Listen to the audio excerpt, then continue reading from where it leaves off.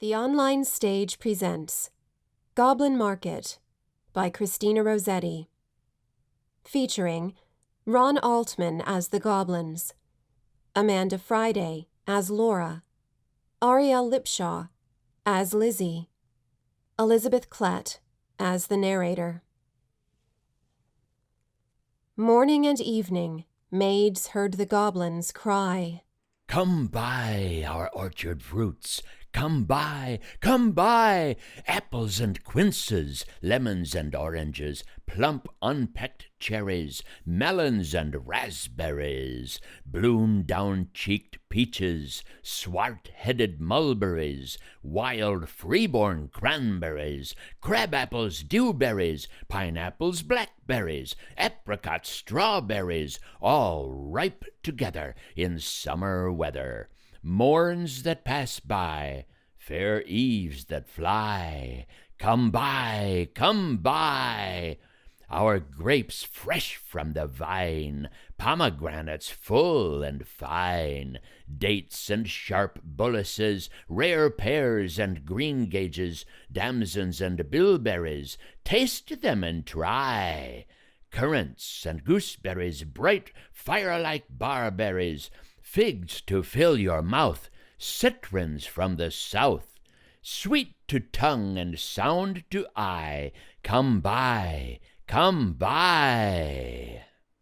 Evening by evening, among the brookside rushes, Laura bowed her head to hear, Lizzie veiled her blushes, crouching close together, in the cooling weather, with clasping arms and cautioning lips, with tingling cheeks and fingertips. "Lie close," Laura said, pricking up her golden head. "We must not look at goblin men. We must not buy their fruits. Who knows upon what soil they fed their hungry, thirsty roots?" "Come buy," call the goblins hobbling down the glen. "Oh," cried Lizzie. "Laura, Laura, you should not peep at goblin men." Lizzie covered up her eyes, covered close lest they should look. Laura reared her glossy head and whispered like the restless brook. Look, Lizzie, down the glen tramp little men.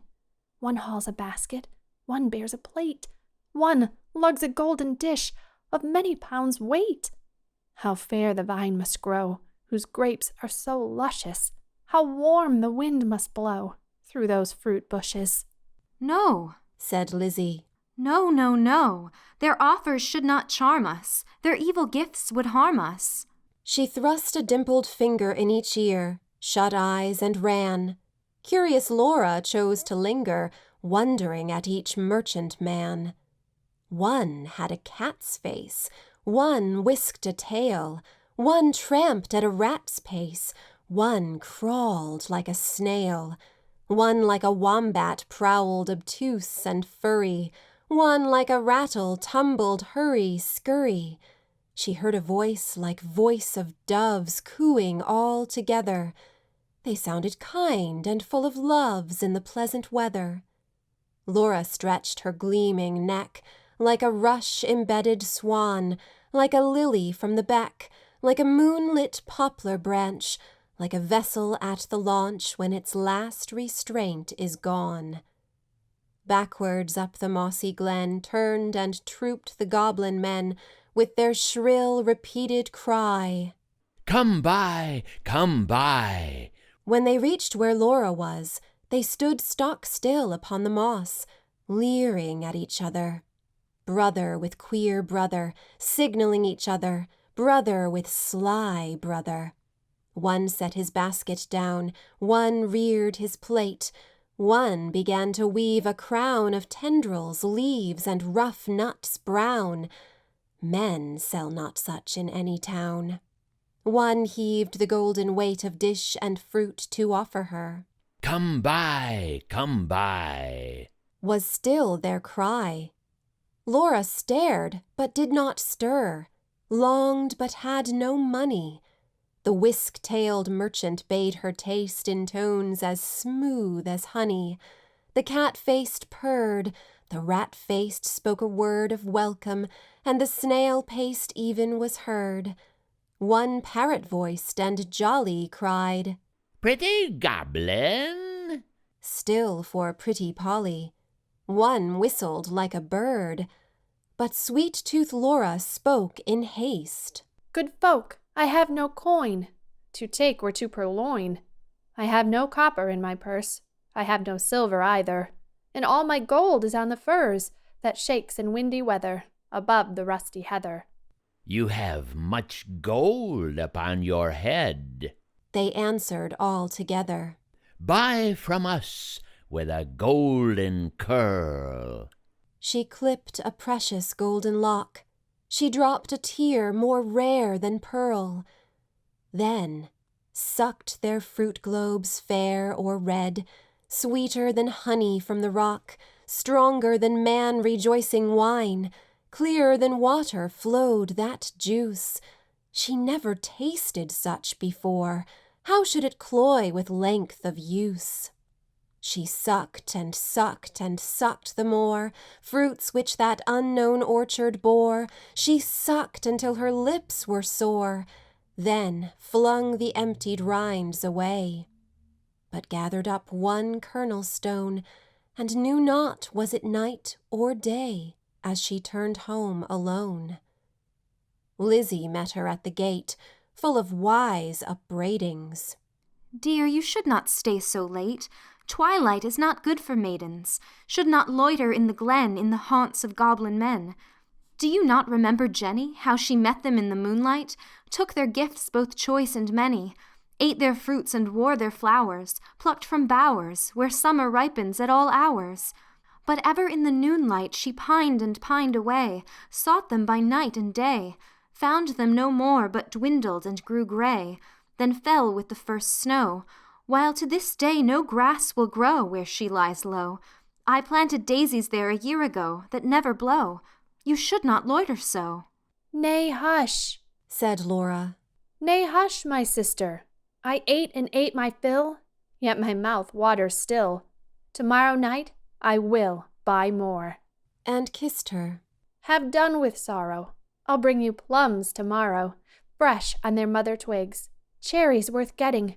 You cannot think what figs my teeth have met in, what melons icy cold, piled on a dish of gold, too huge for me to hold. What peaches with a velvet nap, pellucid grapes without one seed, odorous indeed must be the mead whereon they grow, and pure the wave they drink, with lilies at the brink, and sugar sweet their sap. Golden head by golden head, like two pigeons in one nest, folded in each other's wings, they lay down in their curtained bed, like two blossoms on one stem, like two flakes of new-fallen snow, like two wands of ivory tipped with gold for awful kings. Moon and stars gazed in at them, wind sang to them lullaby, lumbering owls forbore to fly, not a bat flapped to and fro round their nest, cheek to cheek and breast to breast, locked together in one nest. Early in the morning, when the first cock crowed his warning, neat like bees, as sweet and busy, Laura rose with Lizzie, fetched in honey, milked the cows, aired and set to rights the house, kneaded cakes of whitest wheat, cakes for dainty mouths to eat, next churned butter, whipped up cream, fed their poultry, sat and sewed, talked as modest maidens should, Lizzie with an open heart, Laura in an absent dream. One content, one sick in part, one warbling for the mere bright day's delight, one longing for the night. At length slow evening came. They went with pitchers to the reedy brook, Lizzie most placid in her look, Laura most like a leaping flame. They drew the gurgling water from its deep, Lizzie plucked purple and rich golden flags, then turning homeward said, The sunset fleshes those furthest loftiest crags. Come, Laura, not another maiden lags, no wilful squirrel wags, the beasts and birds are fast asleep. But Laura loitered still among the rushes, and said the bank was steep, and said the hour was early still, the dew not fallen, the wind not chill, listening ever, but not catching the customary cry. Come by, come by. With its iterated jingle of sugar-baited words, not for all her watching once discerning even one goblin, racing, whisking, tumbling, hobbling, let alone the herds that used to tramp along the glen in groups or single, of brisk fruit merchant men. Till Lizzie urged, "Oh, Laura, come! I hear the fruit call, but I dare not look. You should not loiter longer at this brook. Come with me home. The stars rise, the moon bends her arc, each glowworm winks her spark. Let us get home before the night grows dark. For clouds may gather, though this is summer weather. Put out the lights and drench us through. Then if we lost our way, what should we do?" Laura turned cold as stone, to find her sister heard that cry alone, that goblin cry. Come buy our fruits, come buy. Must she then buy no more such dainty fruit? Must she no more such succous pasture find, gone deaf and blind? Her tree of life drooped from the root. She said not one word in her heart's sore ache, but peering through the dimness, not discerning, trudged home, her pitcher dripping all the way. So crept to bed, and lay silent till Lizzie slept. Then sat up in a passionate yearning, and gnashed her teeth for balked desire, and wept as if her heart would break.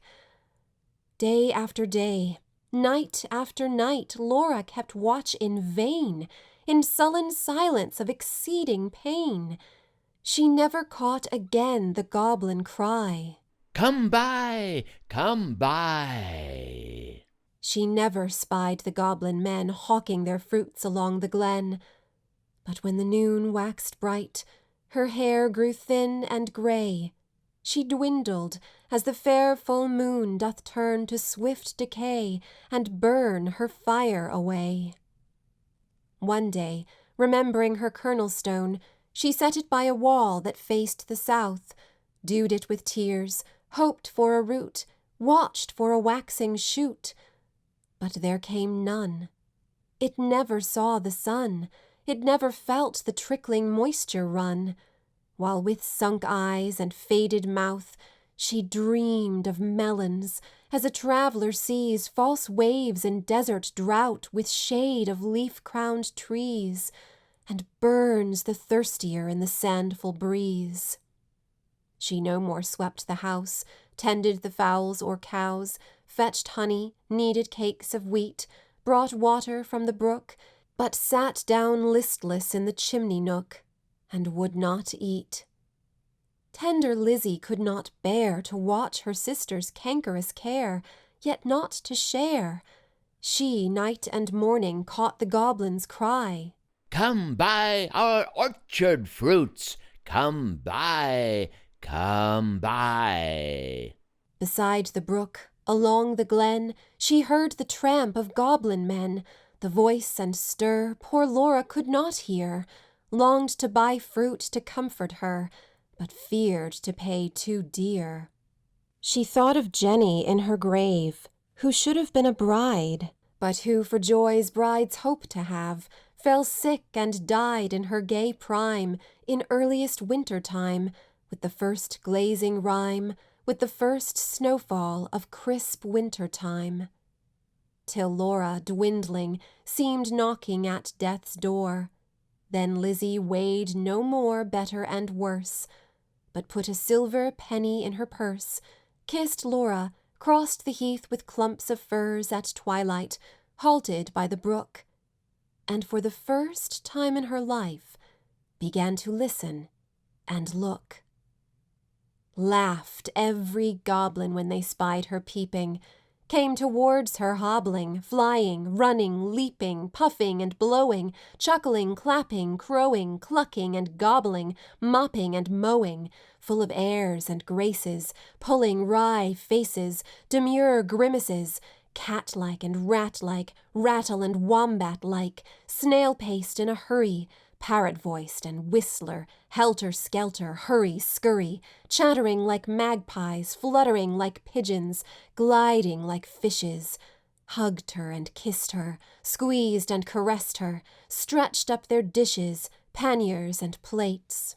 Look at our apples, russet and dun, bob at our cherries, bite at our peaches, citrons and dates, grapes for the asking, pears red with basking out in the sun, plums on their twigs, pluck them and suck them, pomegranates, figs. Good folk, Said Lizzie, mindful of Jenny, give me much and many. held out her apron, tossed them her penny. Nay, take a seat with us, honor and eat with us. They answered, grinning. Our feast is but beginning. Night yet is early, warm and dew-pearly, wakeful and starry. Such fruits as these no man can carry. Half their bloom would fly, half their dew would dry, half their flavor would pass by. Sit down and feast with us. Be welcome, guest, with us. Cheer you and rest with us. Thank you, Said Lizzie. but one waits at home alone for me. So without further parleying, if you will not sell me any of your fruits, though much and many, give me back my silver penny I tossed you for a fee. They began to scratch their pates, no longer wagging, purring, but visibly demurring, grunting and snarling. One called her proud, cross-grained, uncivil. Their tones waxed loud, their looks were evil. Lashing their tails, they trod and hustled her, elbowed and jostled her, clawed with their nails, barking, mewing, hissing, mocking, tore her gown and soiled her stocking, twitched her hair out by the roots, stamped upon her tender feet, held her hands and squeezed their fruits against her mouth to make her eat. White and golden Lizzie stood, like a lily in a flood, like a rock of blue-veined stone lashed by tides obstreperously, like a beacon left alone in a hoary, roaring sea, sending up a golden fire, like a fruit-crowned orange tree, white with blossoms honey-sweet, sore beset by wasp and bee, like a royal virgin town topped with gilded dome and spire, close beleaguered by a fleet, mad to tug her standard down. One may lead a horse to water, 20 cannot make him drink, though the goblins cuffed and caught her, coaxed and fought her, bullied and besought her, scratched her, pinched her black as ink, kicked and knocked her, mauled and mocked her. Lizzie uttered not a word, would not open lip from lip, lest they should cram a mouthful in, but laughed in heart to feel the drip of juice that syruped all her face, and lodged in dimples of her chin, and streaked her neck which quaked like curd. At last the evil people, worn out by her resistance, flung back her penny, kicked their fruit along whichever road they took, not leaving root or stone or shoot. Some writhed into the ground, some dived into the brook with ring and ripple, some scudded on the gale without a sound, some vanished in the distance. In a smart ache, tingle, Lizzie went her way, knew not was it night or day, sprang up the bank, tore through the furze, threaded copse and dingle, and heard her penny jingle bouncing in her purse. Its bounce was music to her ear. She ran and ran, as if she feared some goblin man dogged her with jibe or curse, or something worse. But not one goblin scurried after, nor was she pricked by fear. The kind heart made her windy pace that urged her home quite out of breath with haste and inward laughter. She cried, Laura, up the garden. did you miss me? Come and kiss me. Never mind my bruises. Hug me, kiss me, suck my juices squeezed from goblin fruits for you. Goblin pulp and goblin dew. Eat me, drink me, love me. Laura, make much of me. For your sake I have braved the glen and had to do with goblin merchantmen. Laura started from her chair, flung her arms up in the air, clutched her hair. Lizzie, Lizzie, have you tasted, for my sake, the fruit forbidden? Must your light like mine be hidden, your young life like mine be wasted, undone in mine undoing, and ruined in my ruin? Thirsty, cankered, goblin-ridden. She clung about her sister, kissed and kissed and kissed her. Tears once again refreshed her sunken eyes, dropping like rain after long, sultry drought. Shaking with anguish, fear, and pain, she kissed and kissed her with a hungry mouth. Her lips began to scorch. That juice was wormwood to her tongue. She loathed the feast. Writhing as one possessed, she leaped and sung, rent all her robe and wrung her hands in lamentable haste and beat her breast. Her locks streamed like the torch borne by a racer at full speed, or like the mane of horses in their flight, or like an eagle when she stems the light straight toward the sun, or like a caged thing freed, or like a flying flag when armies run. Swift fire spread through her veins, knocked at her heart, met the fire smouldering there, and overbore its lesser flame. She gorged on bitterness without a name. Ah, fool, to choose such part of soul-consuming care! Sense failed in the mortal strife, like the watchtower of a town which an earthquake shatters down, like a lightning-stricken mast, like a wind-uprooted tree spun about, like a foam-topped water-spout cast down headlong in the sea, she fell at last. Pleasure past and anguish past. Is it death or is it life? Life out of death. That night long Lizzie watched by her, counted her pulses' flagging stir, felt for her breath, held water to her lips and cooled her face with tears and fanning leaves. But when the first birds chirped about their eaves, and early reapers plodded to the place of golden sheaves and dew-wet grass, bowed in the morning wind so brisk to pass, and new buds with new day opened of cup-like lilies on the stream, Laura awoke as from a dream, laughed in the innocent old way, hugged Lizzie, but not twice or thrice. Her gleaming locks showed not one thread of grey. Her breath was sweet as May, and light danced in her eyes. Days, weeks, months, years afterwards, when both were wives with children of their own, their mother hearts beset with fears, their lives bound up in tender lives, Laura would call the little ones and tell them of her early prime, those pleasant days long gone of not returning time, would talk about the haunted glen, the wicked, quaint fruit merchant men, their fruits like honey to the throat, but poison in the blood. Men sell not such in any town. Would tell them how her sister stood in deadly peril to do her good and win the fiery antidote. Then, joining hands to little hands, would bid them cling together. For there is no friend like a sister, in calm or stormy weather, to cheer one on the tedious way, to fetch one if one goes astray, to lift one if one totters down, to strengthen whilst one stands. That was Goblin Market by Christina Rossetti, presented by members of the online stage, featuring Ron Altman as the Goblins, Amanda Friday as Laura, Arielle Lipshaw as Lizzie, Elizabeth Klett as the narrator.